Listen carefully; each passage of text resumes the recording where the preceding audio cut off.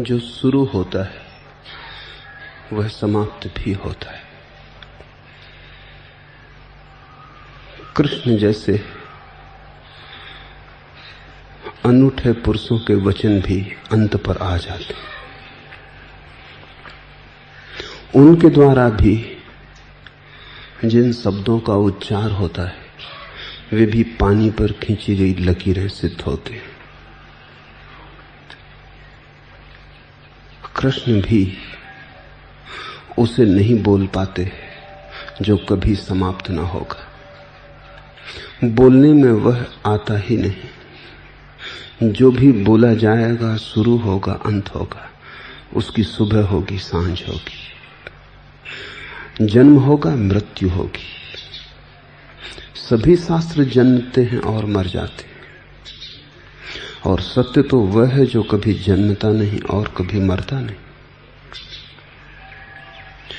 सत्य तो शाश्वत है, शब्द क्षणभंगुर है। शब्दों के क्षणभंगुर बबूलों पर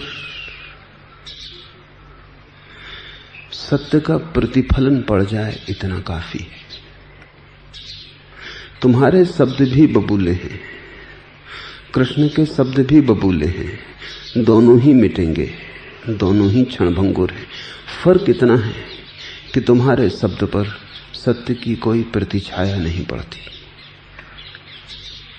कृष्ण के शब्द पर सत्य की प्रतिछाया पड़ती। जैसे पानी के बबूले पर सूरज झलकता हो, इंद्रधनुष खिंच गया हो बबूले के आसपास, सातों रंग प्रकट हो गए। तुम्हारा बबूला बस बबूला है, खाली। बबूला तो कृष्ण का भी बबूला ही है, पर सत्य की छाया है। तुम्हारी झील में चांद का कोई प्रतिबिंब नहीं, कृष्ण की झील में चांद का प्रतिबिंब है। यद्यपि झील में बने चांद को चांद मत समझ लेना। झील में खोजने मत लग जाना, नहीं तो खोजोगे तो बहुत पाओगे कुछ भी नहीं। चांद झील में नहीं, झील में दिखाई पड़ता है। झील से इशारा सीख लो, झील से समझ लो कि प्रतिबिंब कहां से आ रहा है, इसका मूल उत्स कहां है। फिर झील की तरफ पीठ कर लो और चांद की तरफ यात्रा शुरू कर दो। कृष्ण ने जो कहा है गीता में, उसमें मत उलझ जाना। न मालूम कितने उस अरण्य में उलझे हैं और भटक गए। कितनी टीकाएं हैं कृष्ण की गीता पर। मैं कोई टीका नहीं कर रहा हूं। एक अरण्य खड़ा हो गया है कृष्ण के शब्दों के आसपास। न मालूम कितने लोग जीवन उसी में बिता डालते। वे गीता के पंडित हो जाते हैं, कृष्ण से वंचित रह जाते। गीता थोड़ी ही सार है, वो तो झील में बना प्रतिबिंब है चांद का। समझ लेना इशारा और झील को छोड़ देना। यात्रा बिल्कुल अलग अलग है। अगर झील में छलांग लगा ली और चांद को खोजने के लिए डुबकियां मारने लगे तो तुम टीकाएं ही पढ़ते रहोगे। तब तुम कृष्ण के शब्दों में ही उलझ जाओगे। शब्दों में तो कुछ सार नहीं है। झील में उतरना ही मत। झील ने तो इशारा दे दिया है, ठीक अपने से विपरीत। दिखाई तो पड़ता है प्रतिबिंब, झील के भीतर चांद होता है, झील के ऊपर ठीक उल्टा। शब्द को सुन के निशब्द की यात्रा पर निकल जाना ठीक उल्टी यात्रा है। कृष्ण को सुन के गीता में मत फंसना, कृष्ण की खोज में निकल जाना। जहां से उठती है गीता, उस चैतन्य का नाम कृष्ण है। गीता तो शब्द ही है, बड़ा बहुमूल्य शब्द है, पर शब्द ही है। हीरा बड़ा बहुमूल्य पत्थर है, पर पत्थर ही है।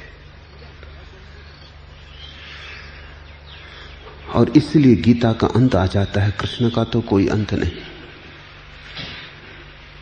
जो है उसका कभी कोई अंत नहीं। सपने ही बनते और मिटते। एक बड़ा प्यारा सपना है गीता। सपने में भी दो तरह के सपने होते हैं। एक तो बिल्कुल ही सपना होता है जिससे यथार्थ का कोई भी नाता नहीं होता, और एक ऐसा भी सपना होता है जिसमें यथार्थ की थोड़ी भनक होती। सपना तो वो भी है, लेकिन यथार्थ की थोड़ी भनक। सपने को छोड़ देना, भनक को पकड़ लेना। वो जो यथार्थ का घुंघरू बज रहा है धीमा धीमा, वो सपने के शोरगुल में उसे ठीक से पकड़ लेना ताकि शोरगुल में ना उलझ जाओ। कृष्ण ने ये गीता कही इसलिए नहीं कि कह के सत्य को कहा जा सकता है। कृष्ण से बेहतर कौन जानेगा कि सत्य को कहकर कहा नहीं जा सकता। फिर भी कहा, करुणा से कहा है। सभी बुद्ध पुरुषों ने इसलिए नहीं बोला है कि बोल के तुम्हें समझाया जा सकता है, बल्कि इसलिए बोला है कि बोल के ही तुम्हें प्रतिबिंब दिखाया जा सकता है। प्रतिबिंब ही सही, चांद की थोड़ी खबर तो ले आएगा।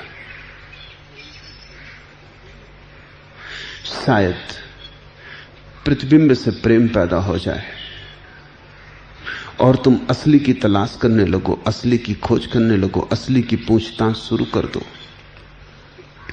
लेकिन अक्सर ऐसा हुआ है कि बुद्ध परसों के वचन इतने महत्वपूर्ण हैं, इतने कीमती हैं, इतने सारगर्भित हैं कि लोग उनमें ही उलझ गए। फिर सदियां बीत जाती हैं, लोग शास्त्रों का बोझ बढ़ाए चले जाते और बात ही उल्टी हो गई। कहा किसी और कारण से था, कहने के लिए ना कहा था, न कहने की तरफ इशारा उठाया था। शब्द से भी तुम्हारे भीतर निशब्द को जगाने की चेष्टा है। बोलकर भी बुद्ध पुरुष चाहते हैं कि तुम न बोलने की कला सीख लो। तो पहली बात, कृष्ण की गीता तक का अंत आ जाता है तो तुम्हारे गीतों का तो कहना ही क्या, वे अंत आ जाएंगे। और जिसका अंत ही आ जाना है उसमें क्या उलझना। उसमें जितने उलझे उतना ही समय गंवाया, उतना ही जीवन व्यर्थ खोया। खोजो उसे जिसका कोई अंत नहीं आता।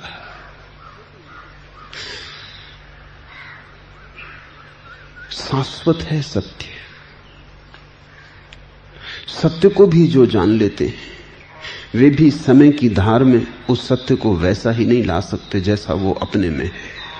समय की धार में लाते ही प्रतिबिंब बन जाता है समय दर्पण। शाश्वत उसमें एक ही तरह से पकड़ा जा सकता है, वो प्रतिबिंब की तरह। इसे थोड़ा समझ लेना। इसलिए मैं कहता हूं गीता तो इतिहास की घटना है, कृष्ण इतिहास की घटना नहीं। कृष्ण तो पुराण पुरुष है, गीता कभी घटी है, कृष्ण कभी घटते, कृष्ण सदा है। ये गीता का फूल तो लगा एक दिन, सुबह खिला, उठा आकाश में, सुगंध फैली, सांझ मुरझाया और गिर गया। अब फिर बहुत नासमझ हैं जो उसी फूल पर अटके बैठे, जिन्होंने उसी फूल पर टीकाएं लिखी, उसी फूल के आसपास सिद्धांतों का जाल बुना है। वो भूल ही गए ये फूल असली बात न थी, ये तो एक चेष्टा थी शाश्वत की, समय की धारा में प्रवेश की, ताकि तुम तक आवाज पहुंच सके। बस ये एक आवाज थी, ये अनंत की पुकार थी कि तुम सुन लो और चल पड़ो। ये कोई घर बना के बैठ जाने का मामला न था, ये तो एक आवाहन था, एक आह्वान था। लेकिन इस आवाहन को मानकर जाने के लिए तो बड़ी हिम्मत चाहिए। अर्जुन जैसा क्षत्रिय भी बामुश्किल जुटा पाया। जुटाता बिखर जाता, संभालता अपने को चूक जाता। सब तरफ से उसने भागने की कोशिश की, लेकिन कृष्ण मिल जाए तो उनसे कभी कोई भाग पाया है? भागने का उपाय नहीं, इसलिए अर्जुन न भाग पाया, अन्यथा अपनी तरफ से उसने सब चेष्टा की थी, सब तर्क लाया। मनुष्य जाति के इतिहास में उस परम निगूढ़ तत्व के संबंध में जितने भी तर्क हो सकते हैं सब अर्जुन ने उठाए, और शाश्वत में लीन हो गए व्यक्ति से जितने उत्तर आ सकते हैं वो सभी कृष्ण ने दिए। इसलिए गीता अनूठी है, वो सार संचय है, वो सारी मनुष्य की जिज्ञासा, खोज, उपलब्धि सभी का नवनीत है। उसमें सारे खोजियों का सार अर्जुन है और सारे खोज लेने वालों का सार कृष्ण है। कृष्ण कभी घटे समय में इस बात में पड़ना ही मत। ऐसे व्यक्ति सदा हैं, कभी कभी उनकी किरण उतर आती है, कहीं से संध मिल जाती है। अर्जुन संध बन गया। प्रेमपूर्ण हृदय ही संध बन सकता है। अर्जुन शिष्य ही नहीं है, वस्तुतः तो शिष्य वो था ही नहीं। क्षत्रिय और शिष्य हो जरा कठिन।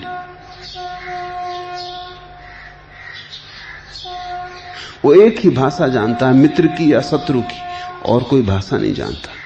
या तो तुम उसके मित्र हो या उसके शत्रु हो। उसका गणित सीधा साफ है, जो मित्र नहीं वो शत्रु है।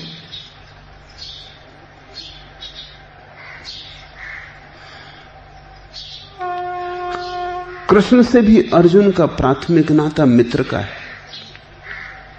शिष्य तो वो फंस गया। शिष्य होने में तो जैसे उसकी चेष्टा न थी, अनजाने उलझ गए। बात तो उसने ऐसी ही शुरू की थी जैसे मित्र से पूछ रहा हो। इसमें थोड़ा समझ लेने जैसा है। सत्य की खोज की दिशा में एक गहन मैत्री का भाव तो चाहिए ही। शिष्य का भाव तो तुम्हारे बस के भीतर नहीं है, वो गुरु पैदा करेगा। वो तो तुम्हारा अहंकार कैसे शिष्य हो सकता है प्रथम से। वो इतना भी राजी हो जाए कि मित्र होने को तो भी काफी है, इतनी सुविधा दे दे तुम्हें तो भी बहुत है। अर्जुन बात तो शुरू किया था मित्र की तरह से,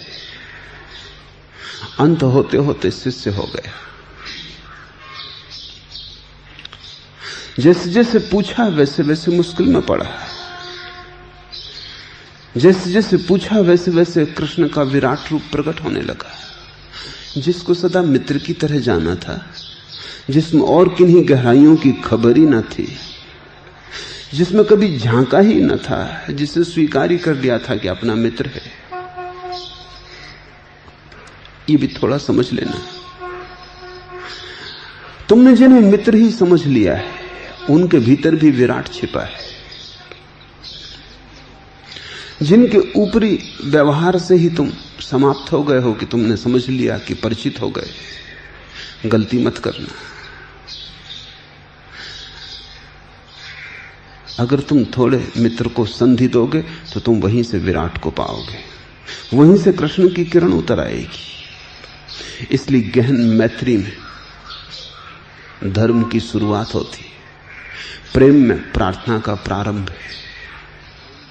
प्रेम में ही बीज बोए जाते हैं जो किसी दिन परमात्मा बनते हैं। यह भी समझ लेने जैसा है कि एक गहन सहानुभूति चाहिए तो ही समझ पैदा हो सकती है। एक तरह की विवादग्रस्त मनोदशा से समझ पैदा नहीं हो सकती। अर्जुन ने तर्क तो सब उठाए, पर बड़ा संवादपूर्ण हृदय था। उन तर्कों में कृष्ण को गलत करने की चेष्टा न थी, सिर्फ अपने संशयों का अभिव्यक्ति थी, अभिव्यंजना थी। जब तुम तर्क उठाते हो तो दो तरह से उठा सकते हो।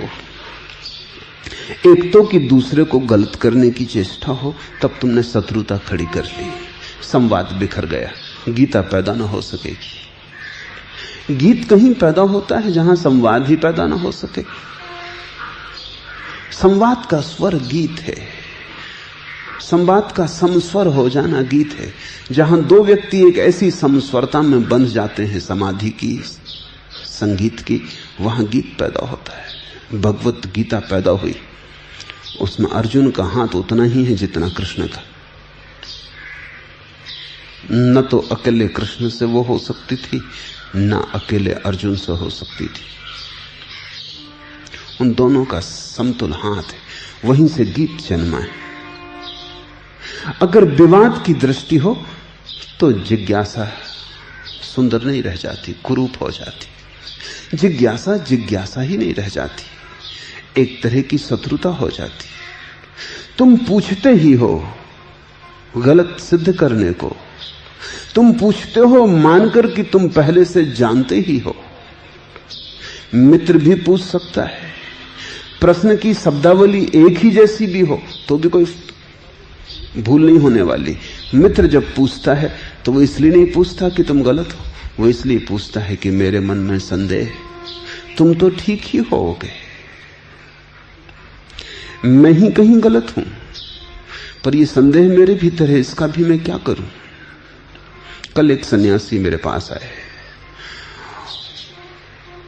उनकी आंख में आंसू आ गए और उन्होंने कहा कि कभी कभी आपके संबंध में भी विरोध के विचार पैदा हो जाते, पर आंख में आंसू, पीड़ा है। तब तो ये विरोध का विचार भी अत्यंत प्रेम से भरा है। मैंने उनसे कहा फिर होने दो, फिर कोई चिंता नहीं, आने दो विरोध के विचार को, वो तुम्हें घेर ना पाएगा, तुम उसे जीत लोगे, क्योंकि तुम विरोध में नहीं हो। फिर कोई विरोधी विचार कुछ फर्क नहीं ला सकता। लेकिन तुम अगर विरोध में हो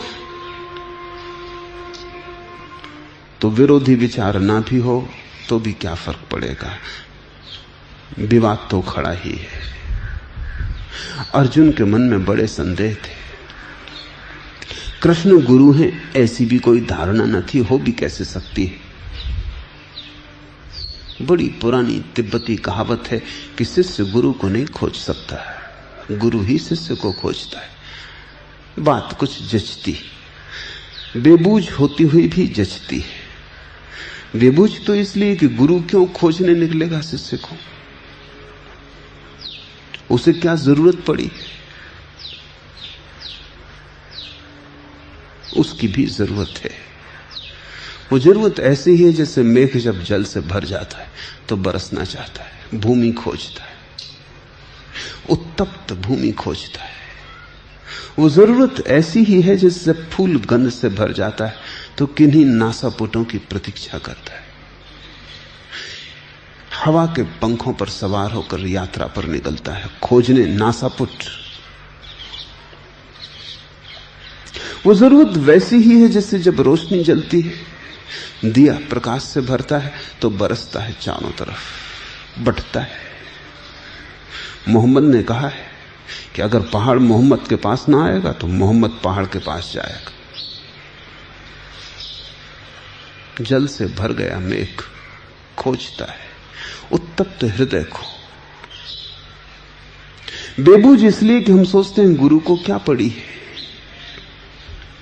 और बेबूझ इसलिए भी कि शिष्य की ही तलाश है तो शिष्य को ही खोजना चाहिए। लेकिन फिर भी कहावत सही है, शिष्य खोजेगा कैसे, उसके पास मापदंड कहां, उसके पास क्या है निकस, कैसे कसेगा, क्या है कसौटी, कैसे करेगा स्वीकार कौन गुरु है, किन चरणों में झुकेगा, किस सहारे झुकेगा, कौन सा हिसाब है उसके पास। गुरु को जानता तो नहीं, पहचान तो कोई भी नहीं। इस अज्ञात मार्ग पर कैसे निर्णय करेगा कि यहीं छोड़ दूं, कर दूं समर्पण इन्हीं चरणों में, हो जाऊं यहीं निछावर, बस अब आगे कोई मंजिल नहीं, आ गया घर। ऐसा कैसे प्रतीति होगी उसे। गुरु एक दूसरे जगत में रहता है, वो यहां दिखाई पड़ता है, यहां होता नहीं। उसका शरीर यहां होता है, उसका स्वयं का होना तो बहुत दूर होता है। वो तो ऐसे वृक्ष की तरह है जिसकी जड़ें जमीन में गड़ी और शाखाएं प्रशाखाएं आकाश को छू रही। उसके पैर ही यहां हैं, इसलिए तो हम गुरु के पैर छूते हैं, क्योंकि उससे ज्यादा हम पहचान कैसे पाएंगे। गुरु का पैर छूना बड़ा प्रतीकात्मक है। हम ये कह रहे हैं कि तुम्हारे पैर ही इस संसार में हमें मिल सकते, इससे ज्यादा तो हम तुम्हें यहां न पा सकेंगे। इन पैरों के पार तो तुम किसी और लोक में हो। बस तुम्हारे हम टटोल के पैर भी पालें तो मार्ग मिल गया, राह मिल गई। फिर हम तुम्हें खोज ही लेंगे, सहारा मिल गया, एक सूत्र हाथ में आ गया। फिर हो तुम कितनी ही दूर, यात्रा हो कितनी ही लंबी, लेकिन अब भरोसे से हम इस धागे के सहारे चल लेंगे। लेकिन कैसे पहचानोगे चरणों को, कैसे पहचानोगे गुरु की उपस्थिति को? इसलिए कहावत बेबूझ होती हुई भी ठीक है कि गुरु ही खोजता है। इसके पहले कि तुम गुरु को चुनो, गुरु तुम्हें चुन लेता है। इसके पहले कि तुम उसकी तरफ चलो, उसकी पुकार तुम्हारे हृदय को खींचने लगती। इसके पहले कि तुम होश से भरो कि तुम बुला लिए गए हो, तुम आ चुके होते हो। अर्जुन को पता ही नहीं कैसे सारा खेल हो गया है, कैसे उसने कृष्ण को अपना सारथी चुन लिया है, कैसे कृष्ण सारथी होकर उसके रथ पर सवार होकर इस महाभारत के युद्ध में आ गए, कैसे अनायास किसी और को पास न पाकर कृष्ण से वो पूछ बैठा है। कोई और था भी नहीं जिससे पूछे, मजबूरी थी, जैसे वो अपने से ही बोला हो। सारथी भी था मौजूद, इसलिए सारथी को पूछ लिया है। और एक अनंत यात्रा शुरू हो गई। अनजाने में, अंधेरे में उसकी शुरुआत है, जैसे बीज अंधकार में जमीन के फूटता है। उसे पता भी नहीं होता कहां जा रहा है।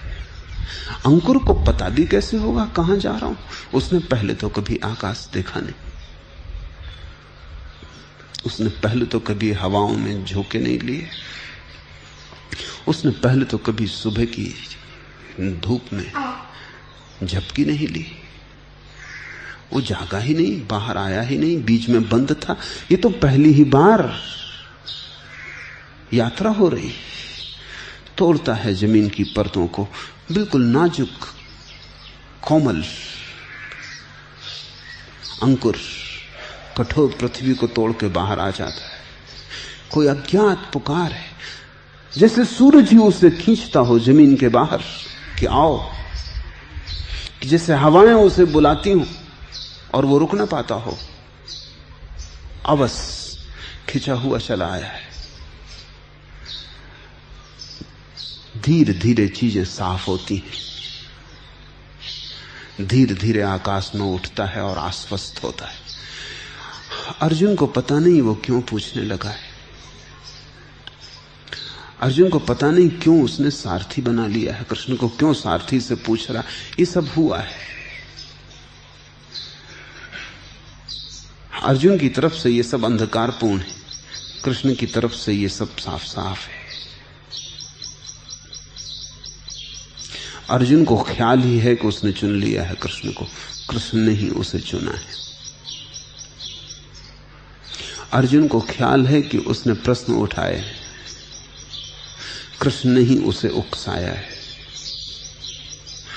अर्जुन को ख्याल है कि वो जिज्ञासा कर रहा है, कृष्ण ने ही उसे अतृप्त किया है। अगर तुम मेरी बात समझो तो यह भी हो सकता था कि कृष्ण की जगह अगर और कोई सारथी होता तो अर्जुन को ये प्रश्न भी न उठे होते, ये जिज्ञासा भी न जगी होती। ये कृष्ण की मौजूदगी में फूटता हुआ अंकुर है। संभावना भीतर थी, अन्यथा पत्थर को थोड़ी सूरज तोड़ लेगा, बीज को ही तोड़ सकता है। भीतर संभावना थी, इसलिए कृष्ण की पुकार सुनी जा सकी। लेकिन अर्जुन के जो कदम हैं प्राथमिक, वो बिल्कुल अज्ञात में। तुम भी मेरे पास चले आए हो, तुम्हारे पहले कदम बिल्कुल अंधकारपूर्ण। अनेक व्यक्ति मेरे पास आके कहते हैं कि हम क्यों आ गए, हमें कुछ पता नहीं, हम यहां क्यों हैं, किस लिए यहां हम आपके पास रुक गए हैं, कुछ पता नहीं। कभी कभी वो घबरा भी जाते हैं कि यहां क्या कर रहे हैं, कोई दूर स्वीडन से आया है, डेनमार्क से आया है, उसे कभी सपना भी नहीं हो सकता था पूना का। पूना है भी कहीं, इससे भी कोई उसका लेना देना न था। और तब अचानक किसी दिन उसे ये बात यहां भी पकड़ लेती कि मैं यहां क्या कर रहा हूं, 6 महीने हो गए आए हुए, घर से पुकार आ रही है वापस लौट आओ। किसी के पत्नी है, बच्चे हैं, किसी के पिता हैं, मां है, मैं यहां क्या कर रहा हूं। मेरे पास लोग आके बार बार कहते कि आप हमें बताएं हम यहां क्या कर रहे हैं, हम यहां क्यों हैं। उनकी बात ठीक है, प्राथमिक क्षण अंधकार में ही है उनके लिए। मैं जानता हूं वो यहां क्यों है, वे नहीं जानते। गुरु ही खोज लेता है। जीसस ने कहा है जैसे मछुआ जाल फेंकता है पानी में, मछलियों को पकड़ लेता है, ऐसा ही एक जाल है जो बड़ा अदृश्य है और चैतन्य के सागर में फेंका जाता है। और जब अर्जुन जैसी कोई मछली फंस जाती तो गीता का जन्म होता है। अर्जुन कोई छोटी मोटी मछली नहीं है, बड़ा बहुमूल्य व्यक्ति है, बड़ी मूल्यवान संभावनाएं हैं, बड़ा उसका भविष्य है। धीरे धीरे एक एक उत्तर कृष्ण का उसके भीतर और अनेक प्रश्नों को उठाता गया। लेकिन यह संवाद है, वो विवाद नहीं कर रहा है, वो कृष्ण को गलत सिद्ध नहीं करना चाहता है। बहुत गहरे में तो वो यही चाहता है कि कृष्ण ही सही हो और मैं गलत हूं। लेकिन करूं क्या, मजबूरी है, प्रश्न उठते हैं, संदेह है, संशय है, तो कहूंगा ना तो क्या करूंगा, कहना ही पड़ेगा। वो बड़ी दुविधा में है। हृदय प्रेम करना चाहता है, मस्तिष्क संदेह उठाता है। हृदय चाहता है हटाओ सब संदेह, डूब जाओ इस गहरी मैत्री में, लेकिन मन संदेह उठाए चला जाता है। मन के संदेह हल करने ही होंगे, मन को निरस्त करना ही होगा, मन की शंकाएं काटनी ही होंगी। लेकिन अर्जुन का हृदय मन के साथ नहीं खड़ा है, इसलिए हल हो सका। अगर अर्जुन का हृदय भी मन के साथ खड़ा हो फिर कोई हल नहीं है, फिर कोई समाधान नहीं है, फिर तुम हल करना ही नहीं चाहते। इस बात को तुम अपने भीतर ठीक से पहचान लेना, क्योंकि मुझे क्या लेना देना कृष्ण से और अर्जुन से। सवाल मेरे और तुम्हारे होने का है। ये सब तो मेरे लिए बहाने हैं, जिनके बहाने मैं तुमसे कुछ कह रहा हूं। तुम अपने भीतर गौर से देख लेना। अगर तुम पाओ कि तुम मुझे गलत सिद्ध करना चाहते हो, ये तुम्हारे हृदय में है, तो तुम व्यर्थ ही अपना समय खराब कर रहे हो। अगर तुम चाहते हो कि अंततः मैं सही सिद्ध हो जाऊं और तुम गलत हो जाओ, फिर भी तुम्हारा मन संदेह उठा रहा है, फिर कोई अड़चन नहीं, फिर तुम उठाए जाओ, सब संदेह काटे जा सकेंगे। लेकिन अगर तुम्हारा हृदय ही उनसे जुड़ा हो तो तुम्हारे विपरीत मैं तुम्हें मुक्त ना कर पाऊंगा। हां, तुम मुक्त होना चाहो तो कितनी ही बाधाएं हैं सब काट डाली जाएंगी, कोई बाधा न बन सकेगी। तुम होना ही ना चाहो तो फिर कोई उपाय नहीं, फिर मेरे दिए हुए सब उपाय भी नई जंजीरें बन जाएंगे, तुम उनसे भी बंधोगे, छूटोगे नहीं।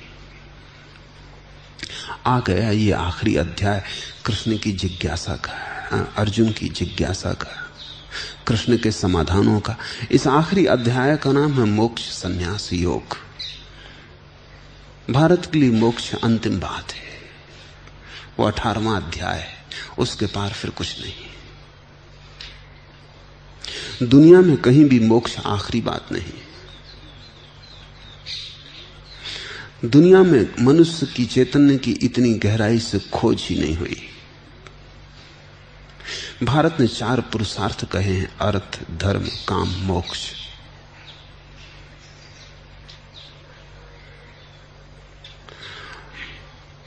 अधिक संस्कृतियां बहुत अगर ऊंची उठी तो धर्म तक जाती। अब ये बड़े मजे की बात है, मोक्ष धर्म के भी पार है। मुक्त तो कोई तभी होता है जब धर्म भी छूट जाता है। वो आखिरी बंधन है, बड़ा प्रीतिकर, बड़ा मधुर, मगर वो भी बंधन है। अगर तुम हिंदू हो, मोक्ष दूर है अभी। अगर मुसलमान हो तो मोक्ष भी दूर है, धर्म तक आ जाओगे। हमने उसे तीसरा ही पड़ाव कहा है, मंजिल नहीं। मोक्ष तो तब है जब धर्म भी छूट गया, शास्त्र भी छूट गए, शब्द भी छूट गए, तुम्हें पता ही ना रहा कि तुम कौन हो। कोई आइडेंटिटी, कोई तादाद में ना रहा। कोई तुमसे पूछे तो तुम हंसोगे, कुछ भी ना कह पाओगे, हिंदू की, मुसलमान की, जैन की, बौद्ध। और एक गहरे अर्थ में तुम सभी हो गए। मंदिर भी तुम्हारा, मस्जिद भी तुम्हारी, गुरुद्वारा भी तुम्हारा, और न कोई गुरुद्वारा रहा तुम्हारे लिए, न कोई मस्जिद रही, न कोई। कुरान भी गई, गीता भी गई, वेद भी गए, बाइबल भी गई, और एक अर्थ में सब घर आ गया। वेद भी तुम्हारा, बाइबल भी तुम्हारी, गीता भी तुम्हारी। तुम अब बंधे ना रहे, तुम पार हो गए, एक अतिक्रमण हुआ। मोक्ष बड़ी अनूठी बात है, वो पूर्वीय धारणा है। दुनिया की कोई जाति उतनी ऊंची नहीं गई। ज्यादा से ज्यादा ऊंची जातियां धर्म तक गई, जो उतने भी नहीं जा सके वो काम तक गए। अर्थ काम, काम यानी वासना, सेक्स। अधिक लोग काम तक ही जा पाते हैं। जो उनसे भी नीचे हैं, वैसे भी बहुत लोग हैं, बड़ी संख्या है उनकी, जिनके लिए अर्थ ही सब कुछ है, धन। अब ये थोड़ा सोचने जैसा है। जिसके जीवन में धन ही सब कुछ है, वो काम वासना वाले व्यक्ति से भी निम्न चेतना दशा का है, क्योंकि धन तो मुर्दा है। काम वासना कम से कम प्राकृतिक तो है, जीवंत तो है। धन तो जोड़ता नहीं, तोड़ता है। धन तो शोषण है, धन तो हिंसा है। प्रेम कम से कम जोड़ता तो है, किसी से भी जोड़ता है। एक स्त्री से, एक पुरुष से, परिवार से कोई संबंध तो बनाता है। काम वासना में कुछ सेतु तो है, धन में तो कोई सेतु नहीं है। इसलिए धन का दीवाना किसी से भी नहीं जुड़ता। उसके आसपास कोई जगह नहीं होती जहां से तुम संबंध बना लो। वो संबंधों से डरता है, क्योंकि संबंध बने कि झंझट आई, कहीं उसका धन न मांगने लगो। संबंध बने तो कुछ खर्च भी करना पड़ेगा। संबंध बने तो तुम्हें उसने निकट लिया। निकट डर है, क्योंकि तिजोरी के पास आ रहे हो, तुम्हारा हाथ उसकी जेब में जा रहा है, इतने पास वो किसी को भी न लेगा। सबसे निम्नतम चेतना है जिसका लक्ष्य जीवन में अर्थ है। धन, मकान, वस्तुएं, वो निम्नतम चेतना है। और वो संस्कृति निम्नतम है जो अर्थ पर पूर्ण हो जाती है। उसके ऊपर काम है, कम से कम दूसरे से जुड़ने की थोड़ी संभावना है, द्वार खुला है। कोई बहुत बड़ा द्वार नहीं, बड़ा क्षुद्र द्वार है, लेकिन है। कोई बहुत विराट द्वार नहीं, संकीर्ण है। उसमें से घसीट के आना और जाना भी कष्टपूर्ण है। और उससे दूसरे से तुम जुड़ते भी हो और नहीं भी जुड़ते, क्योंकि जिससे भी तुम्हारा काम वासना का संबंध है, उससे गहरा संबंध हो ही नहीं पाता। ये बड़े मजे की बात है। अगर तुम पति हो और तुम्हारी पत्नी से तुम्हारा केवल काम वासना का संबंध है, तो संबंध ही नहीं है, नाम मात्र को है। एक ने दूसरे के हृदय को जाना नहीं, पहचाना नहीं। एक ने दूसरे के जीवन में न तो कोई गहराई छुई, एक ने दूसरे की गहराई को पुकारा ही नहीं। बस शरीर के ऊपर परिधि पर थोड़ा सा मिलन है, और वो भी मिलन क्षणभंगुर है। फिर फासला है, फिर मिलन है, फिर फासला है। मिलना और बिछुड़ना, मिलना और बिछुड़ना, और बिछुड़ना 24 घंटे है, मिलना क्षण भर को है। इसलिए कोई बड़ा संबंध नहीं है।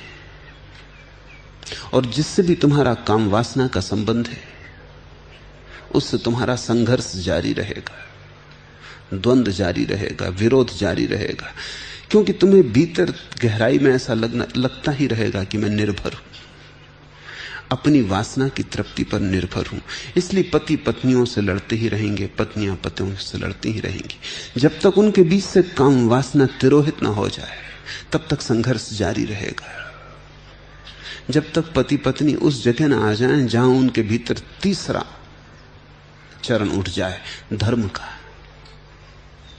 तब तक कलह जारी रहेगी। तब तक उन दोनों के बीच शांति का राज्य स्थापित नहीं हो सकता। और ऐसा संबंध भी क्या जो सिर्फ कलह का संबंध है।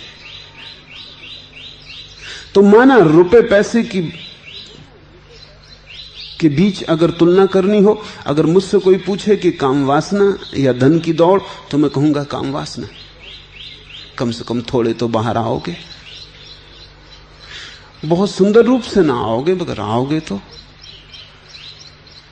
मुख्य द्वार से ना आओगे, सरकते हुए किसी सेंध लगा के आओगे, दीवार में आओगे तो ठीक है, चलो इतना ही सही।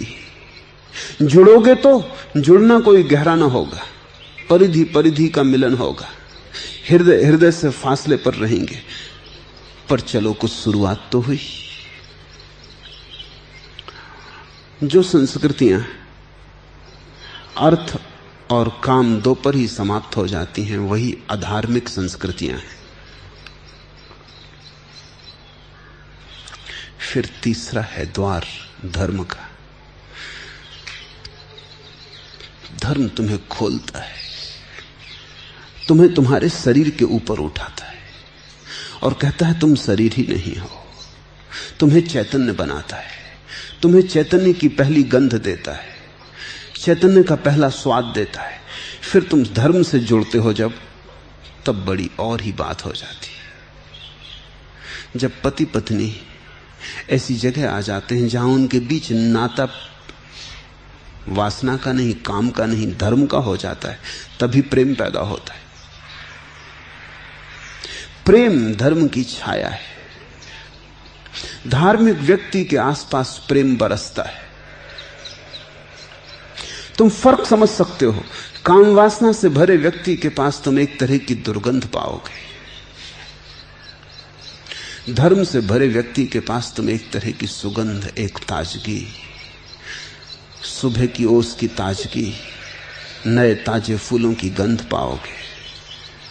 जब धार्मिक व्यक्ति तुम्हारी आंखों में देखेगा तो तुम्हारे भीतर आश्वासन का जन्म होगा, भय का नहीं।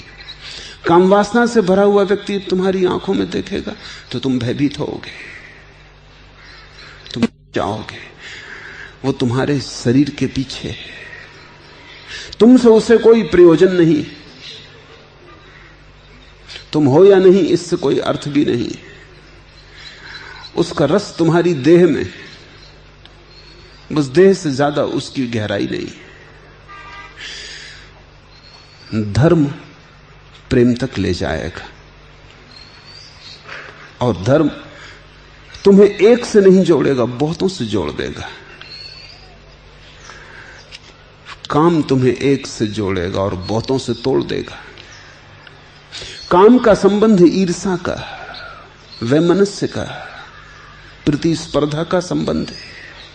तुम्हारी पत्नी 24 घंटे डरी रहेगी कि तुम किसी और स्त्री की तरफ तो नहीं देख रहे। तुम्हारा पति सदा भयभीत रहेगा कि पत्नी किसी और पुरुष में उत्सुक तो नहीं। वो बड़ा संकीर्ण है और ओछा है। इतनी संकीर्णता में हृदय का कमल खिल ही नहीं सकता। फिर एक धर्म का जगत है, वहां तुम्हारे जीवन में प्रतिस्पर्धा गिरती है, ईर्ष्या गिरती है, परिग्रह गिरता है। तुम धीरे धीरे शांति की तरफ उत्सुक होते हो, मौन की तरफ उत्सुक होते हो, मंदिर की तरफ तुम्हारी यात्रा शुरू होती। धर्म के जगत में मंदिर, मस्जिद, गुरुद्वारे, पूजा गृह महत्वपूर्ण हो जाते। गीता, कुरान, बाइबल महत्वपूर्ण हो जाते। सत्संग, सद्वचनों का सुनना, सज्जनों का साथ रस देने लगता है। एक नई ही वीणा बजने लगती है। तुम पहली दफे अनुभव करते हो कि पदार्थ पदार्थ ही नहीं है, इसमें परमात्मा छिपा है।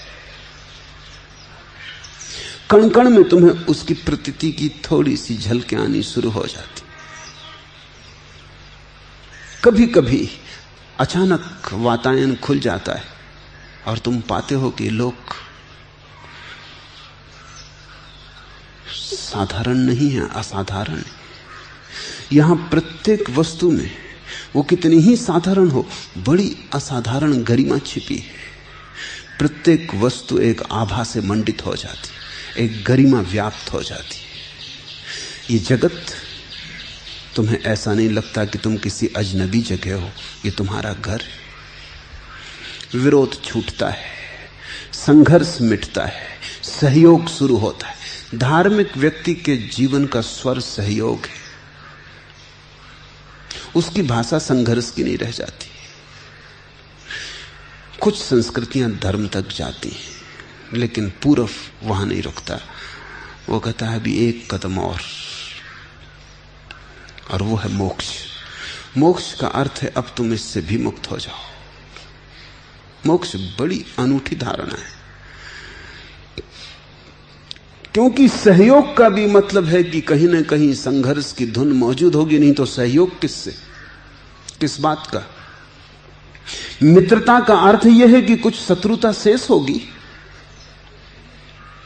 नहीं तो मित्रता की क्या जरूरत। प्रेम का अर्थ यह है कि घृणा कहीं छिपी होगी, मौजूद होगी, अन्यथा प्रेम का भी क्या सवाल। और तुम्हें कण कण में परमात्मा दिखाई पड़ता है, इससे बात साफ है कि अभी पदार्थ और परमात्मा दो हैं, एक नहीं हुए। अभी कण भी है और उसमें परमात्मा दिखाई पड़ रहा है। एक फकीर मेरे पास मेहमान थे कोई 5 वर्ष पहले। वो मुझसे कहने लगे मुझे तो कण कण में परमात्मा दिखाई पड़ता है। मैंने पूछा कि कण कण भी दिखाई पड़ता है और परमात्मा भी, दोनों? वो थोड़े चौंके।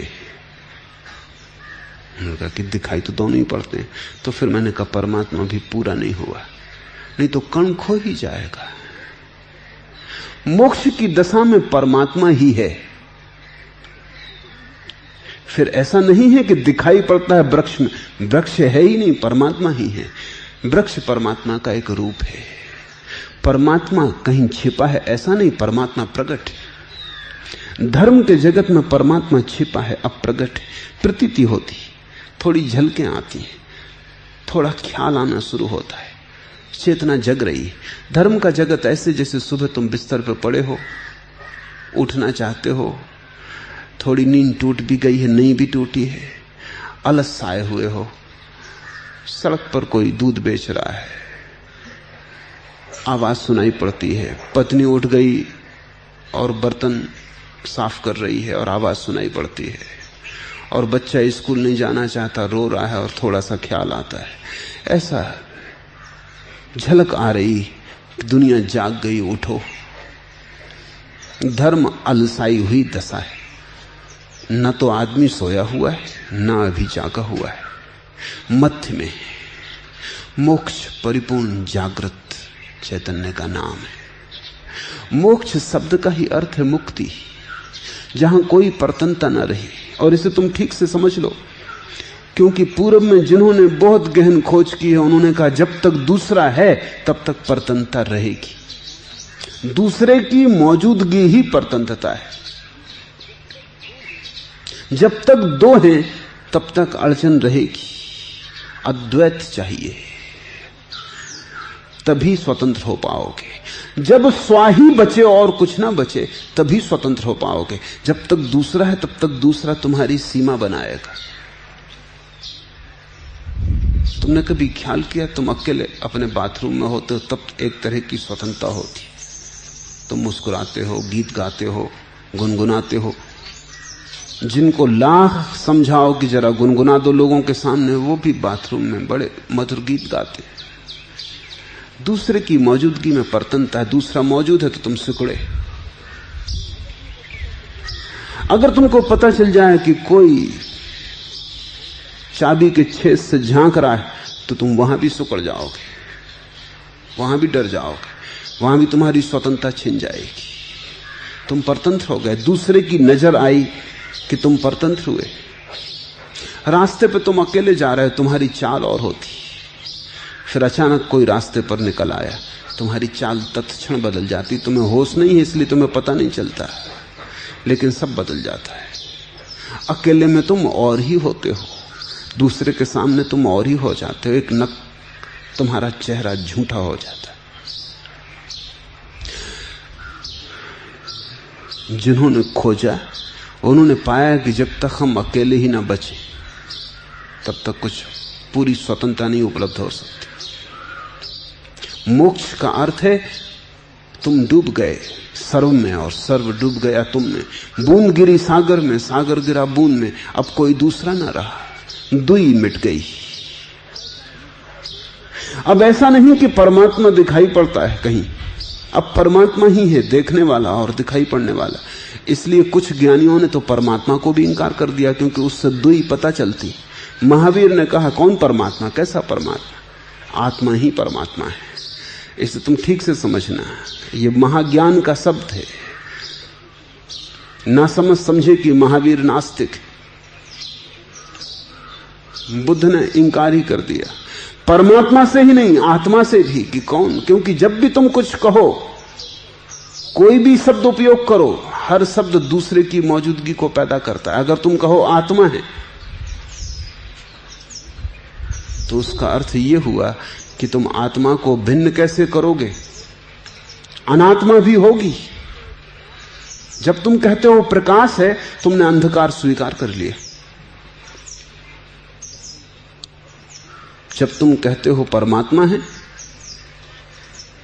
तब तुमने संसार स्वीकार कर लिया। जब तुम कहते हो मोक्ष है,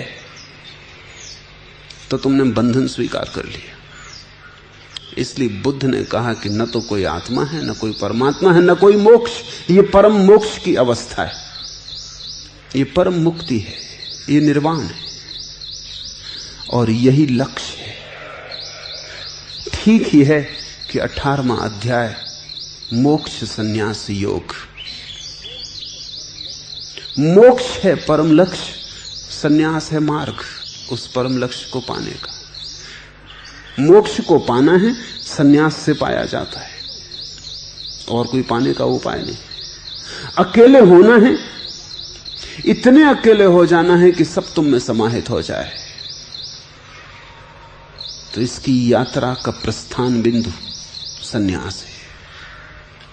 पूर्व की दो ही खोज है, मोक्ष गंतव्य, संन्यास मार्ग। सिकंदर शिष्य था प्लेटो का।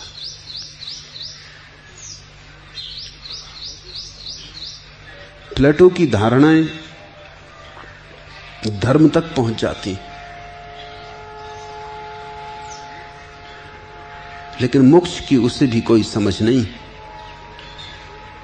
जब सिकंदर भारत आने लगा तो उसने कहा भारत से लौटते वक्त तुम बहुत चीजें लूट कर लाओगे, एक चीज मेरे लिए ले आना, एक सन्यासी ले आना। मैं एक सन्यासी को देखना चाहता हूं, ये सन्यास क्या है। ये अनूठा फूल भारत में ही खिला है, ये खिल ही नहीं सकता था दूसरी संस्कृति में, क्योंकि मोक्ष की धारणा ही न थी। तो सन्यास का सवाल कहां उठता है? जब मोक्ष का गंतव्य होता है सामने, तो फिर सन्यास का विज्ञान उठता है। अर्जुन आखिरी जिज्ञासा कर रहा है, उसके पार फिर कोई जिज्ञासा नहीं होती। वो आखिरी जिज्ञासा कर रहा है सन्यास की और मोक्ष की। इसे तुम समझो। अर्जुन बोला, हे महाबाहो, हे ऋषिकेश, हे वासुदेव, मैं सन्यास और त्याग के तत्व को पृथक पृथक जानना चाहता हूं।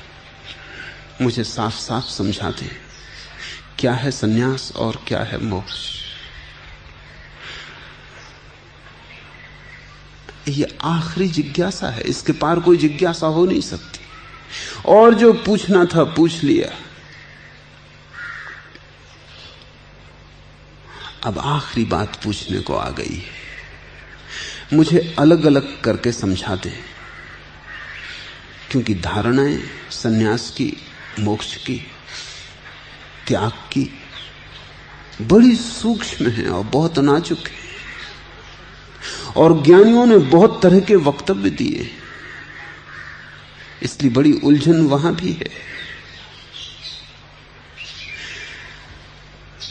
पहले कहता है, हे महाबाहो, हे ऋषिकेश, हे वासुदेव। ये सिर्फ वो अपने हृदय की बात कह रहा है। हृदय थकता नहीं प्यारे को पुकारने से।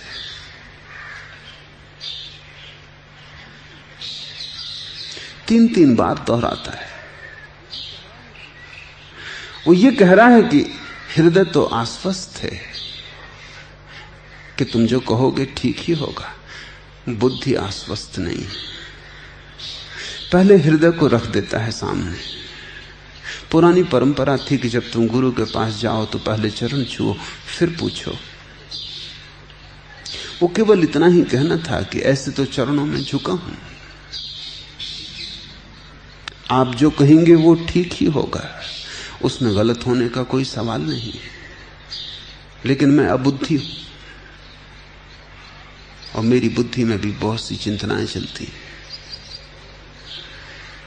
तो चरण में झुकना प्रतीक है कि संवाद की तैयारी है, सुनने को राजी हूं, श्रावक बनने को आया हूं, विवाद की उत्सुकता नहीं है। तब पूछता है शिष्य, हे महाबाहो, हे ऋषिकेश, हे वासुदेव, मैं सन्यास और त्याग के तत्व को पृथक पृथक जानना चाहता हूं।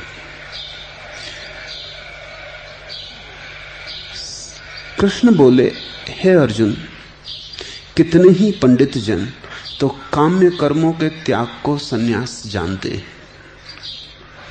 और कितने ही विचक्षण पुरुष सब कर्मों के फल के त्याग को त्याग कहते हैं, तथा कई मनीषी ऐसा कहते हैं कि कर्म सभी दोष युक्त हैं, इसलिए त्यागने के योग्य। और दूसरे विद्वान ऐसा भी कहते हैं कि यज्ञ, दान और तपरूप कर्म त्यागने योग्य नहीं। पंडित का अर्थ उस दिन कुछ और था, आज कुछ और है। पंडित का अर्थ उन दिनों प्रज्ञावान पुरुष था, जिसने जाना है। आज पंडित का अर्थ होता है शास्त्रज्ञ, जो शास्त्र को जानता है। इन दोनों में बड़ा फर्क हो गया है। आज पंडित शब्द तो निंदित है। किसी को पंडित कहने का अर्थ यह है कि वो कुछ नहीं जानता, कोरा पंडित, शब्दों की भरमार है, अनुभव से खाली है। उन दिनों पंडित का अर्थ था जो प्रज्ञा को उपलब्ध हो गया है, जिसने अंतर ज्योति को जला लिया है। कृष्ण कहते हैं, हे अर्जुन, कितने ही पंडित जन, कितने ही प्रज्ञावान पुरुष काम्य कर्मों के त्याग को संन्यास जानते हैं। काम्य कर्म क्या है? अगर तुम गीता की टीकाएं पढ़ोगे तो काम्य कर्म के संबंध में गीता के टीकाकार जो कहते हैं वो बिल्कुल ही गलत कहते हैं। गीता के सभी टीकाकार ये मानकर चलते हैं कि काम्य कर्म वे कर्म हैं जो वेद विहित करने योग्य,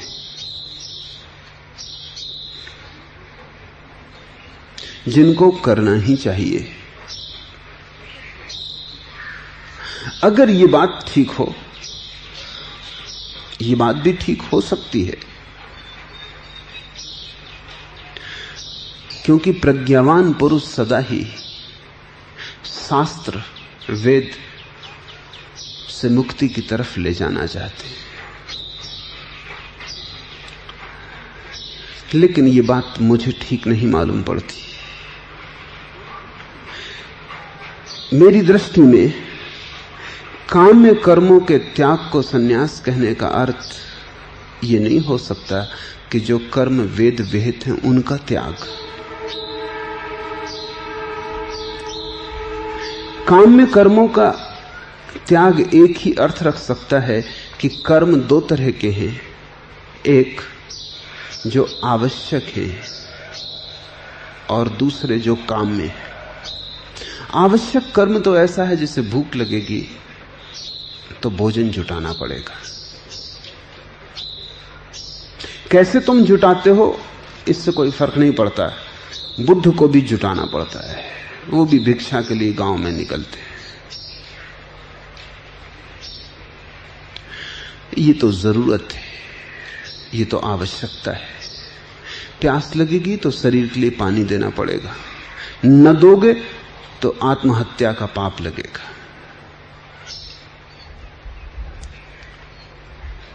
वर्षा है, छप्पर खोजोगे। धूप घनी है तो बुद्ध भी छायापूर्ण वृक्ष के नीचे बैठते। ये काम में कर्म नहीं है, ये अनिवार्य कर्म है। इनका तो त्याग कोई प्रज्ञावान पुरुष नहीं कहता। काम में कर्म वो है जो वासना जन्य है। जैसे बड़ा मकान चाहिए, जरूरत शायद ना भी हो, सिर्फ अहंकार की आकांक्षा हो, क्योंकि छोटे मकान में छोटा अहंकार लग सकता है, बड़े मकान में बड़ा अहंकार लग सकता है। शायद सोने के लिए तो जितनी जगह तुम छोटे मकान में लेते हो उतनी ही बड़े मकान में लोगे, लेकिन बड़ा मकान चाहिए। लोग बड़ा मकान जिंदा में भी नहीं चाहते, मर के भी चाहते।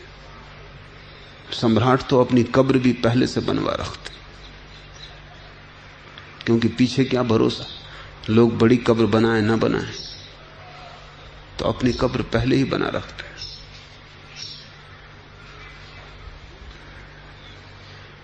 बड़ी बड़ी कब्रें बनाई गई हैं। आदमी मर के उतनी ही जगह लेता है जितना गरीब लेता है, उतना ही अमीर लेता है।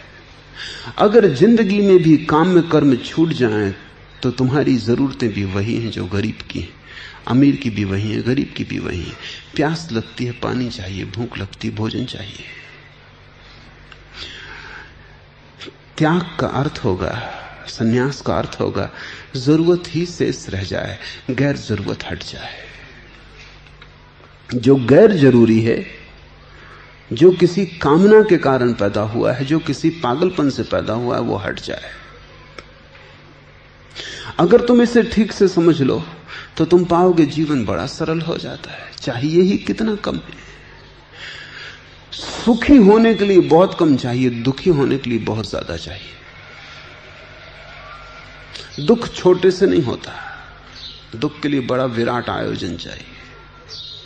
अगर निश्चिंत रहना हो बड़े थोड़े में हो जाता, लेकिन चिंता चाहिए हो तो थोड़े में नहीं होता। उसके लिए सिकंदर बनना जरूरी है। इसलिए तुम जितना इकट्ठा करते जाओगे उतना ही पाओगे कि दुखी और चिंतित होते जाते हो। फिर भी गणित तुम्हारी समझ में नहीं आता। तुम सोचते हो शायद थोड़ा और ज्यादा हो जाए तो फिर सुखी हो जाऊंगा, और ज्यादा हो जाता और दुखी हो जाते हो। वही मन जो तुम्हें यहां तक ले आया कहता है अब और थोड़ा कर लो तो बिल्कुल सुखी हो जाओगे, और ऐसे वो तुम्हें लेता चलता है। अगर तुम गौर से देखोगे तो तुम पाओगे जब तुम्हारे पास कम था तब तुम सुखी थे। सभी को ऐसा लगता है कि बचपन में सुख था। उसका कुल कारण इतना है कि बचपन में तुम्हारे पास कुछ भी नहीं था, कोई परिग्रह नहीं था। कुल कारण इतना है कि तुम्हारी जरूरतें भर जरूरतें थी। भूख लगती थी, भोजन कर लेते थे, प्यास लगती थी, पानी पी लेते थे, फिर खेलने बाहर निकल जाते थे, थक गए तो घर आके सो जाते थे। कुछ भी न था, मालकियत कोई भी न थी। छोटे बच्चों को गौर से देखो, रंगीन कंकड़ पत्थर उन्हें इतना आनंदित कर देते हैं जितने हीरे जवाहरात भी तुम्हें न कर सकेंगे। तितलियों के पंख बीन लाते हैं और घर ऐसे आते हैं जैसे कि सम्राट होकर चले आ रहे हैं। उनके खीसों में हाथ डालो, कंकड़ पत्थर सीप न मालूम क्या क्या तुम पाओगे। रात भी उनसे निकालो तो उनका मन नहीं होता। वो कहते हैं कि रहने दो, वो उनका धन है, तुम्हें पता नहीं, तुम उनका धन ले रहे हो। बड़े सरल, छोटा सा सब कुछ है, बहुत है, पर्याप्त है। फिर जैसे जैसे तुम्हारे पास चीजें आनी शुरू होती, जिस दिन बच्चे के मन में मालकियत का स्वर उठता है उसी दिन चिंता शुरू हो जाती है। उसी दिन बचपन समाप्त हो गया, बच्चा मर गया। अब कोई और दूसरा प्रविष्ट हो गया। अब ये दौड़ चलेगी मरते दम तक, और जिंदगी भर बार बार तुम्हें याद आएगी कि बचपन बड़ा सुखी था। ज्ञानी पुरुष कहते हैं बच्चे जैसे ही जियो। जरूरत की चीज चाहिए, निश्चित चाहिए। उसके लिए जो कर्म करना पड़े उसके त्याग को कोई भी नहीं कहता। लेकिन जो व्यर्थ की कामनाएं, उनकी पूर्ति के लिए जो कर्म किए जाते हैं वो छोड़ दो। मुझसे लोग कहते हैं समय नहीं ध्यान के लिए। कर क्या रहे हो 24 घंटे? बहुत काम का जाल है। ध्यान ही आखिर में काम आता है, सब किया हुआ व्यर्थ हो जाता है। जिसने जीवन में थोड़े से क्षण ध्यान के पा लिए वही बचाए हुए सिद्ध होते हैं, बाकी सब नाली में बह गया, कुछ काम का नहीं आता। लेकिन व्यर्थ को हम करने में संलग्न हैं, सार्थक को करने के लिए समय नहीं। कृष्ण कहते हैं कितने ही पंडितजन काम में कर्मों के त्याग को संन्यास कहते हैं। ये एक दृष्टि है, ये एक मार्ग हुआ संन्यास तक पहुंचने का। और कितने ही विचक्षण पुरुष सब कर्मों के फल के त्याग को त्याग कहते हैं। लेकिन कृष्ण कहते हैं ऐसे भी विचक्षण पुरुष हैं। जीवन सुंदर है इसीलिए कि यहां बड़े भिन्न होने के उपाय। यहां अगर गुलाबी गुलाब के फूल होते तो बड़ी ऊब पैदा कर देते। यहां हजार हजार तरह के फूल हैं। तो कृष्ण कहते हैं वे जो कहते हैं प्रज्ञावान पुरुष हैं वे भी कि काम में कर्म छोड़ दो। पर ऐसे विचक्षण पुरुष भी जो कहते हैं कुछ छोड़ने की जरूरत नहीं, केवल फल का त्याग कर दो। इनको विचक्षण कहते हैं। वो कहते हैं इनको बड़ी अनूठी दृष्टि उपलब्ध हुई। इनकी दृष्टि अनूठी है, साधारणता समझ में ना आएगी। पहले तरह के जो पुरुष हैं उनकी बात साधारणता समझ में आ जाती है, अड़चन नहीं है। जरूरत का काम करो, गैर जरूरत का छोड़ दो, सीधा गणित है। इसलिए पहले तरह के पुरुषों का भारी प्रभाव पड़ा है। महावीर, बुद्ध, सभी पहली तरह के पुरुष हैं। दूसरी तरह के प्रश्न तो कृष्ण हैं, जनक हैं। वो बड़े विचक्षण लोग हैं। वो कहते हैं कुछ छोड़ने की जरूरत नहीं, छोड़ना पकड़ना क्या है, सिर्फ फल त्याग कर दो। वो कहते हैं फल की भर आकांक्षा ना हो, फिर तुम्हें राज्य भी बनाना है तो बनाए चले जाओ, कोई हर्जा नहीं। फल की आकांक्षा ना हो, पाने का कोई ख्याल ना हो। बहुत कठिन है, लेकिन तुम्हें भी लगेगा कि बात तो दूसरी ठीक है। इसलिए नहीं कि दूसरी ठीक लगती, दूसरी ठीक लगेगी कि उसमें कामना को बचा लेने का उपाय लगता है। उसमें लगता तो फिर कोई हर्ज ही नहीं। जब जनक भी ज्ञान को उपलब्ध हो गए राजमहलों में रह के, तो हम भी हो जाएंगे। मगर तब तुम चूक जाते हो। तुम अगर काम वासना के कारण सोच रहे हो कि दूसरी बात सरल है तो तुम गलती में पड़ रहे हो। दूसरी बात पहली से ज्यादा कठिन। जिस काम की वासना चली गई हो उसको न करना बहुत आसान है। सिर्फ फल त्याग करना बहुत कठिन है। उसका मतलब है आधे का त्याग और आधे का जारी रखना। उसका अर्थ यह हुआ कि काम तो वैसा ही करना जैसे सांसारिक लोग कर रहे हैं, लेकिन बिल्कुल विभिन्न दृष्टि से करना। दुकान चलाना, लेकिन लाभ की भावना न रखनी। इससे सरल है दुकान छोड़ के पहाड़ भाग जाना, क्योंकि उसमें मामला बिल्कुल साफ है। दुकान करनी तो दुकान करो, पहाड़ जाना है पहाड़ चले जाओ। लेकिन दूसरे जो विचक्षण पुरुष हैं वो कहते हैं दुकान पे ऐसे बैठो जैसे पहाड़ पर बैठोगे। ये जरा सूक्ष्म है, ज्यादा नाजुक है, इसमें खतरा है। खतरा यह है कि कहीं तुम दुकान पर बैठे ऐसे न रहो जैसे दुकान पर दूसरे लोग बैठे और ये भ्रांति बना लो कि हम पहाड़ पर हैं। हमारा कोई फल इच्छा थोड़ी है, हमारी कोई फल की आकांक्षा थोड़ी, हम तो ये कर्तव्य बस किए चले जा रहे हैं और भीतर फल की इच्छा है। तुम सारी दुनिया को धोखा दे सकते हो लेकिन अपने को कैसे दोगे? और असली सवाल अपना है। अपने भीतर तुम जरा भी देखोगे तो साफ पाओगे कि धोखा दे रहे हो, क्योंकि काम फल तुम्हारे भीतर गूंजता ही रहेगा। वस्तुतः दुकान पर बैठे लोग दुकान पर बैठना नहीं चाहते, मजबूरी है, फल पाने के लिए बैठना पड़ता है। अगर उन्हें भी कोई मिल जाए कि दुकान पर ना बैठो, ये ताबीज ले लो, कोई सत्य साईं बाबा, इससे बिना कुछ किए फल की प्राप्ति होगी, तो वो भी पहाड़ जाने को तैयार है। कौन ना समझ दुकान पर बैठने का रस ले रहा है। लेकिन बिना दुकान पर बैठे फल नहीं मिलता है। बड़ा मकान बनाना वो नहीं बनता है, पहाड़ पर बैठने से नहीं बनेगा। इसलिए मजबूरी में वो काम में लगे। अगर तुम बाजार में इस तरह हो सको जैसे तुम एकांत में हो, तुम काम ऐसे कर सको जैसा कि फलाकांक्षी करता है बिना फलाकांक्षा के, तो तुमने बड़ी विचक्षण दृष्टि पाली।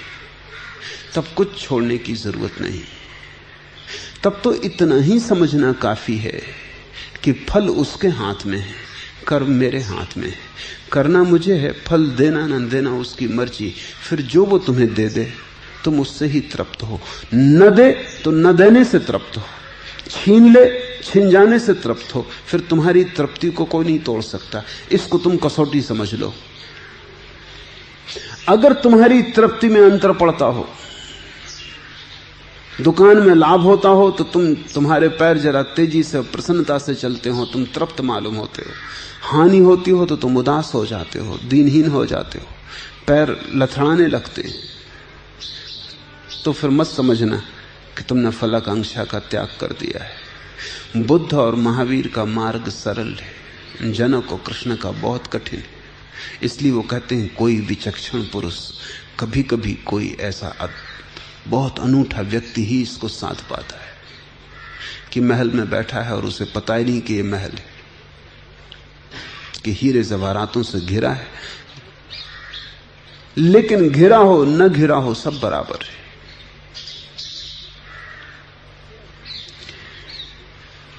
हे अर्जुन, कितने ही पंडितजन तो काम्य कर्मों के त्याग को संन्यास जानते हैं और कितने ही विचक्षण पुरुष सब कर्मों के फल के त्याग को त्याग कहते हैं, तथा कई मनीषी ऐसा कहते हैं कि कर्म सभी दोष युक्त हैं इसलिए त्यागने के योग्य। ऐसा भी एक वर्ग है मनीषियों का, जानने वालों का, जो कहता है सभी कर्म त्यागने योग्य। कर्म मात्र दोष युक्त है। तुम जो भी करोगे उसमें ही दोष लगेगा। श्वास भी लोगे तो भी हिंसा होती है। पानी भी पियोगे तो पानी के कीटाणु मरेंगे। भोजन करोगे हिंसा होगी। चलोगे, पैर रखोगे, छोटे जीवाणु दबेंगे और हत्या होगी। तो ऐसे भी मनीषी हैं जो कहते हैं कि कोई भी कर्म करोगे दोष लगेगा ही, इसलिए अकर्म को उपलब्ध हो जाओ, कर्म करो ही मत, और धीरे धीरे कर्म त्याग करते जाओ। और अंतिम लक्ष्य वो है जहां तुम ऐसी घड़ी में पहुंच जाओ जहां कोई भी कर्म ना होता हो, तभी तुम मुक्त हो सकोगे। वे भी ठीक कहते हैं। कृष्ण एक गहन समन्वय है। उन्होंने भारत में जो भी जाना था तब तक उस सभी को गीता में समाविष्ट कर लिया है। उनका किसी से कोई विरोध नहीं है। वो सभी के भीतर सत्य को खोज लेते। इसलिए गीता सार ग्रंथ है। वेद को अगर भूल जाओ तो चलेगा, क्योंकि जो भी वेद में सार है वो गीता में आ गया। महावीर विस्मृत हो जाएं चलेगा, क्योंकि महावीर का जो भी सार है वो गीता में आ गया। सांख्य शास्त्र न बचे चलेगा, गीता में सारी बात महत्व की आ गई है। अगर भारत के सब शास्त्र खो जाएं तो गीता पर्याप्त है। कोई भी प्रज्ञावान पुरुष गीता से फिर से सारे शास्त्रों को निर्मित कर सकता है। गीता में सारे सूत्र हैं, तो गीता निचोड़ है। गीता अकारण ही करोड़ों लोगों के हृदय का हार नहीं हो गई है, अकारण ही नहीं हो गई है। जब पहली दफा जर्मनी के एक बहुत बड़े विचारक शापनहार ने गीता पढ़ी तो उसने सिर पर रखी और नाचने लगा। शापनहार को किसी ने कभी नाचते नहीं देखा था। वो बहुत गंभीर चित्त आदमी था, नाचना जसता ही नहीं था उसको। उसका पूरा दर्शन ही उदासी दुखवाद है। वो कहता है हंसी की तो कोई सुविधा ही नहीं जगत में। वो नाचने लगा। उसके पास बैठे मित्रों ने कहा तुम पागल हो गए शापनहार, क्या कर रहे हो? उसने कहा कि ऐसा ग्रंथ कभी देखा नहीं जिसमें सब आ गया। ऐसा ग्रंथ कभी देखा नहीं जिसमें सभी विरोधों के बीच सामंजस्य हो गया, जिसमें किसी का खंडन नहीं किया गया है और सभी को स्वीकार कर लिया गया है। हिंदुओं ने ऐसे ही कृष्ण को पूर्ण अवतार नहीं कहा है। महावीर थोड़े अधूरे लगते, एकांगी मालूम होते, और अगर सभी महावीर हो जाएं तो संसार को बड़ा धक्का लगेगा, भारी नुकसान होगा। फिर आगे महावीर होने की भी संभावना खत्म हो जाएगी। नहीं, महावीर इक्के दुक्के ठीक, नमूने की तरह अच्छे, लेकिन सभी जगह वही खड़े हो जाएं, जहां निकलो वहीं वही खड़े, बहुत घबराने वाला हो जाए। नमक की तरह ठीक, पूरा भोजन महावीर का नहीं हो सकता। इसलिए मैं निरंतर कहता हूं जैन कोई संस्कृति पैदा नहीं कर पाए। वो कर नहीं सकते क्योंकि नमक से कहीं पूरा भोजन बना। जैन केवल एक वैचारिक समाज रह गया, एक विचार का समूह रह गया। संस्कृति नहीं है जैनों के पास। अगर तुम जैनियों से कहो, जैसा मैंने कहा लेकिन कोई जवाब नहीं देता, अगर तुम उनसे कहो कि 2500 वर्ष महावीर के पूरे हो गए, तुम बड़ा शोरगुल मचा रहे हो, जगह जगह आयोजन, सभा, समारंभ, तुम एक काम करके दिखा दो, एक जैन बस्ती बसा के दिखा दो जिसमें सब जैन हो, तो हम मान लेंगे कि तुम्हारे पास कोई संस्कृति। तुम नहीं बचा सकते, क्योंकि चमहार कौन होगा, भंगी कौन होगा, खेती कौन करेगा। इसलिए जैन कभी समाज भी नहीं बन पाए, संस्कृति भी नहीं बन पाए। वो हिंदुओं की छाती पे बैठे रह गए। उनका अपना कोई आधार नहीं है जमीन में।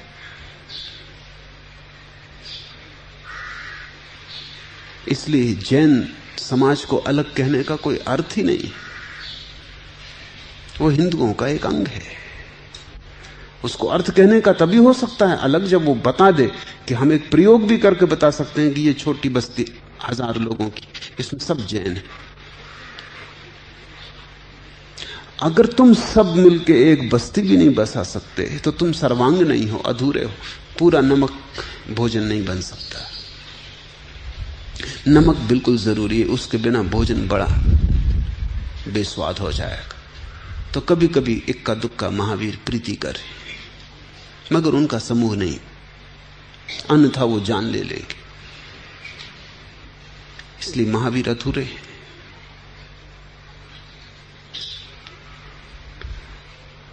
बुद्ध अधूरे हैं। यद्यपि महावीर से ज्यादा क्षमता है बौद्धों की। उन्होंने समाज बना के बता दिए, उन्होंने संस्कृति संभाल के बता दी, लेकिन उनको समझौते करने पड़े। इसलिए अगर बुद्ध वापस लौटे तो जापान, चीन, बर्मा या श्याम, अनाम बौद्धों के जो मुल्क हैं वो किसी को बुद्ध नहीं कहेंगे, क्योंकि उन्होंने इतने समझौते कर लिए जिसका हिसाब नहीं। वो बुद्ध की पूरी शुद्धता ही खो गई।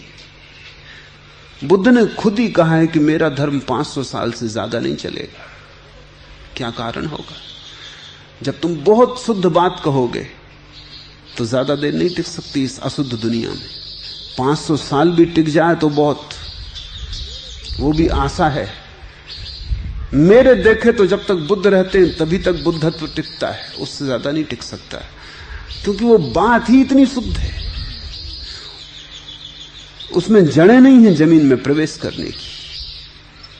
वो आकाश में मंडराता हुआ बादल है, वो ज्यादा देर नहीं टिक सकता, कभी कभार आएगा चला जाएगा। कृष्ण संपूर्ण है, कृष्ण पूरी सीढ़ी, बुद्ध महावीर बस सीढ़ी का आखिरी हिस्सा है, अधर में लटके हुए, उनका दूसरा हिस्सा जमीन से नहीं टिका है। वो शुद्ध है, अशुद्धि से बहुत भयभीत है। कृष्ण समाहित कर लेते हैं सभी को, अशुद्धि को भी, और मेरे माने वही शुद्धि वास्तविक है जो अशुद्धि को भी समाहित कर लेती हो, नहीं तो शुद्धि ही क्या। जो अशुद्धि को भी न पी जाए वो शुद्धि क्या। वो अमृत अमृत नहीं है जो जहर को न पी जाए। अगर जहर से अमृत नष्ट होता हो तो जहर से कमजोर हो उसकी क्या कीमत।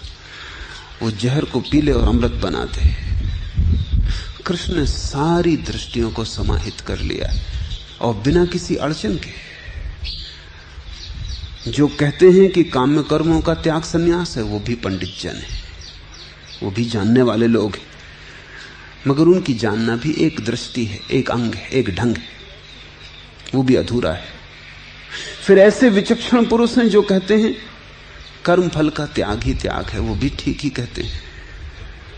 फिर ऐसे मनीषी हैं जो कहते हैं सभी कर्म दोषयुक्त हैं, महावीर यही कहते हैं कर्म मात्र दोषयुक्त है, इसलिए त्यागने योग्य है, वो भी ठीक कहते हैं। वे भी मनीषी हैं, उन्होंने भी बड़ा जाना है, ऐसे ही नहीं कह दिया है। और दूसरे विद्वान भी हैं जो कहते हैं यज्ञ दान और तपरूप कर्म त्यागने योग्य नहीं है। एक और वर्ग है चौथा, वो भी बुद्धिमानों का है, वो भी नासमझों का नहीं है। वो कहते हैं कि 3 तरह के कर्म त्यागने योग्य नहीं है, यज्ञ दान और तप। तपरूप कर्म वे हैं तुमने जो जो गलत किया है उसे काटने के लिए किए जाते हैं। कांटा लग गया है तो एक और कांटा खोजना पड़ता है उसे निकालने को, नहीं तो लगे कांटे को कैसे निकालोगे। गलत कर्म तुमने किए हैं तो उनको निकालने के लिए तुम्हें दूसरे शुभ कर्म करने पड़ेंगे। वे भी कर्म मगर करने पड़ेंगे क्योंकि गलत कर्म तुम कर चुके हो। तुमने किसी को गाली दे दी, अब माफी मांगनी पड़ेगी ताकि सब संतुलित हो जाए। गाली से जो असंतुलन पैदा हुआ था वो भी कर्म था, माफी मांगना भी उसी तरह कर्म है। दोनों में वाणी का उपयोग हुआ है, दोनों में मुंह का उपयोग हुआ है, लेकिन माफी मांगनी पड़ेगी ताकि संतुलन आ जाए।